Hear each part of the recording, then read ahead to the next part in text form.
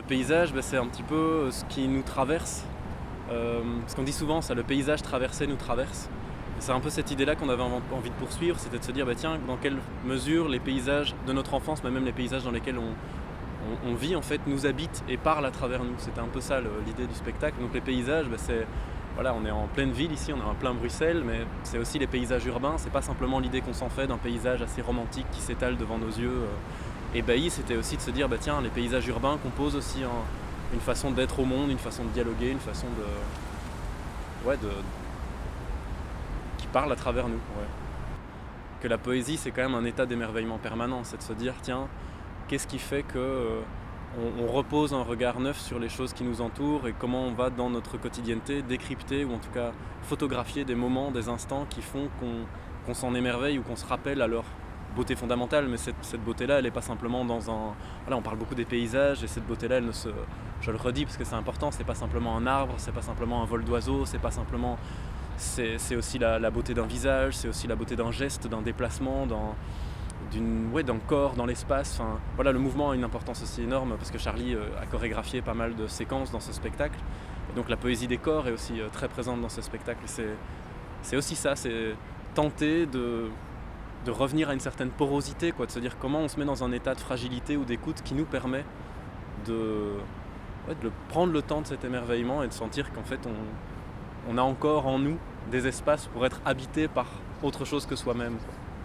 Comment passer du paysage ou mental ou réel à une pièce, une création théâtrale, parce que c'est vrai que l'enjeu c'est de se dire nous on est quand même dans une boîte noire, on est quand même dans un intérieur et l'idée c'était de convoquer l'extérieur. Donc Boris Dampli a travaillé sur la scénographie et il a vraiment pensé avec nous à la fois renforcer le côté enfermement, parce qu'il y a un cube au plateau, dans la scénographie il y a vraiment cette idée que 4 mulots sont enfermés, 4 scientifiques, 4 individus qui sont censés être là pour enquêter sur l'extérieur, sont en fait enfermés dans un cube en fait, n'en sortent pas et essayent de décrypter le réel à travers leurs jumelles.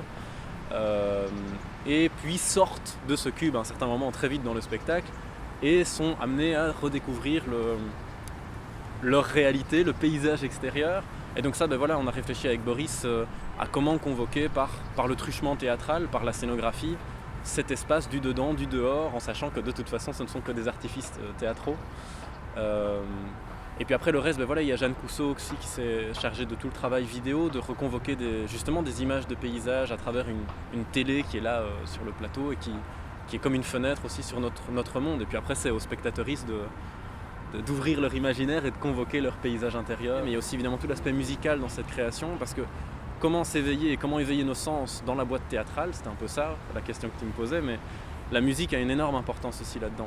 Céline Chapuis et Jérôme Pâques qui sont au plateau et qui ont signé la composition musicale, c'est aussi se dire que le langage poétique est porté par la musique et vient nous toucher, vient réveiller nos sens aussi par l'éveil musical, par cette vague musicale que Céline et Jérôme ont construite. On pourrait imaginer au départ que le langage est un peu une frontière ou une barrière avec les sens ou avec le réel.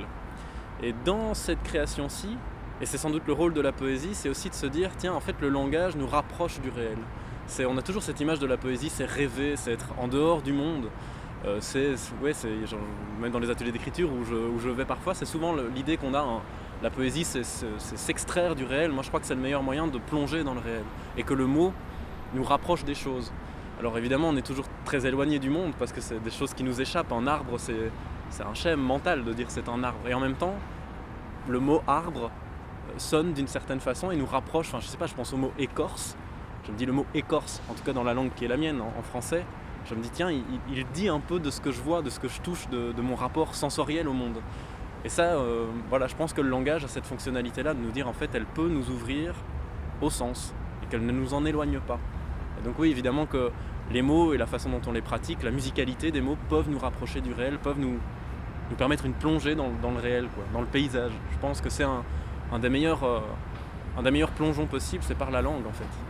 Ça c'est un pari peut-être un peu idéaliste, un peu utopique, qui est fait par l'équipe qu'on compose, c'est de se dire mais en fait la première chose à faire potentiellement c'est de revenir à une conscience du vivant, à revenir à une porosité qui nous permette d'être traversés par les paysages et de sentir à quel point ils font partie de nous-mêmes. Je pense évidemment à la ZAD d'Arlon quand je pense à ça, parce que c'est très concret en fait dans le système des luttes d'aujourd'hui, de se dire en fait un paysage ça se défend, on est le paysage qui se défend, ce sont quand même des choses qui sont de plus en plus courantes dans la militance. Moi je suis très sensible à voir à quel point les langages aussi sur les lieux de lutte écologistes apparaissent vivifiantes, quoi. La langue se réinvente aussi, on renomme les lieux, on se les réapproprie, et c'est un travail éminemment poétique qui est entamé aussi là. Donc ça me fait peur, mais en même temps je pense qu'il y a là une résistance qui s'opère et par la langue, par le langage et aussi par voilà, des corps qui incarnent le paysage et qui le font entendre sa voix, quoi.